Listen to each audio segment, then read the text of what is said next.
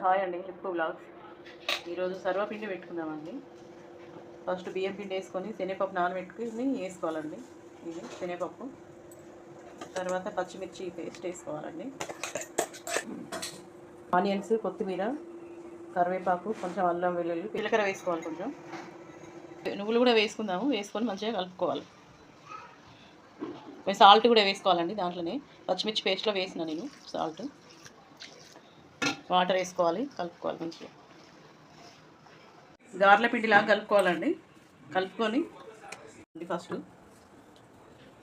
వేసుకొని దీంట్లో కూడా మంచిగా ఒత్తుకుందాం. కాసేపు హైలో పెట్టుకుందాం. ఇట్లా కాల్చుకోవాలండి మంచిగా. కింద సైడ్ మంచిగా కాలుతుంది, పైన సైడ్ కూడా మంచిగా ఉడికిపోతుంది. చట్నీతో అయినా తినొచ్చు, పెరుగు పెట్టుకొని అయినా తినొచ్చు. చాలా బాగుంటుంది. ట్రై చేయండి. మా ఛానల్ మీకు నచ్చినట్లయితే లైక్